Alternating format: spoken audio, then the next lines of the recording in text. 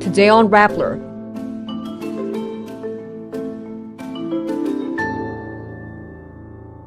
Julie Dondon Patidongan and the families of the missing sabungeros filed an administrative complaint against 10 policemen allegedly involved in the case.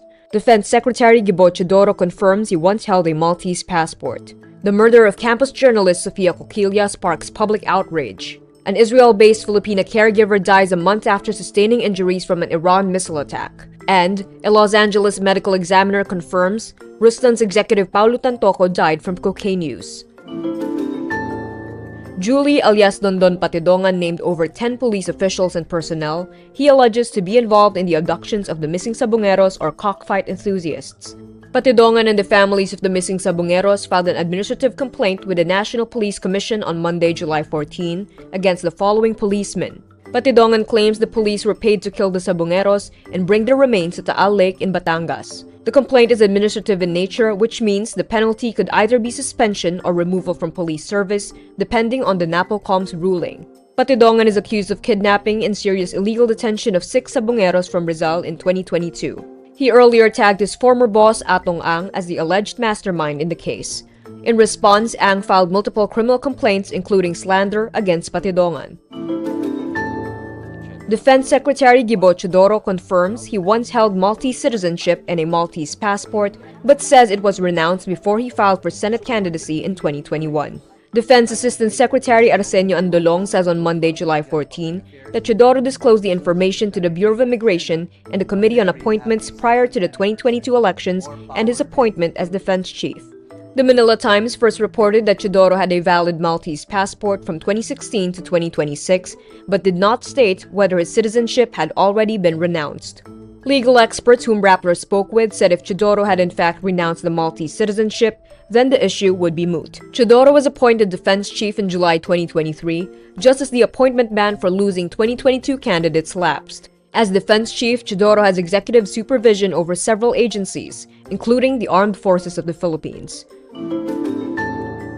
Campus journalist Sophia Marikolia was found dead, brutally stabbed 38 times in her home in Tagum City, Davao del Norte. Police reports say the 19-year-old freshman at the University of the Philippines Diliman was found dead on the morning of July 9, lying in a pool of blood in her bedroom. Police are investigating robbery as a motive, but the brutal nature of the crime raises more questions. Since July 10, authorities have arrested 4 suspects, most of them minors. The latest was caught in Davao City with an unlicensed gun and some of the victims' belongings. Tagum police say a 17-year-old suspect told investigators he and the group's leader took turns stabbing Coquilia after she woke up and saw them. Under the Juvenile Justice and Welfare Act, children aged 15 and below cannot be held criminally responsible and are placed in intervention programs. The law faced criticism over the decades, especially after high-profile crimes involving minors. An Israel-based Filipina caregiver, Leah Mosquera, died nearly a month after sustaining severe injuries when an Iranian missile hit her apartment in Rehovot. The Philippine Embassy in Israel said the 49-year-old from Negros Occidental passed away on Sunday, July 13. Mosquera had several surgeries and spent weeks in the hospital's intensive care unit.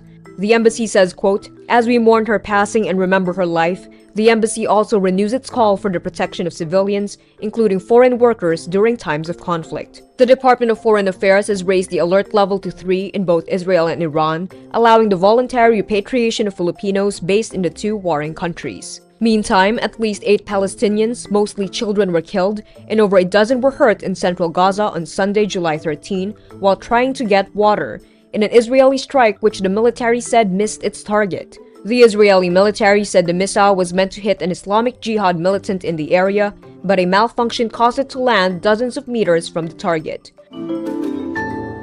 The Los Angeles County medical examiner confirmed that Paolo Tantoco, a Rustan's executive, died from cocaine use. His death was ruled accidental, with cocaine effects listed as the main cause.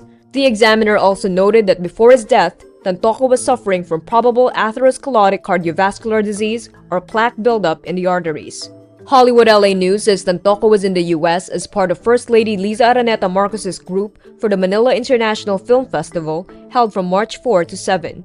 Tantoco is the husband of Deputy Social Secretary Dina Arroyo Tantoco. Tantoco's cause of death was confirmed 4 months after he died on March 9 at age 44. He was laid to rest in the Philippines. And that's today's wrap. I'm Kara Oliver. Thank you for watching. Click the link below for the full story. Follow us on Rappler's YouTube, Facebook, X, Instagram, and TikTok.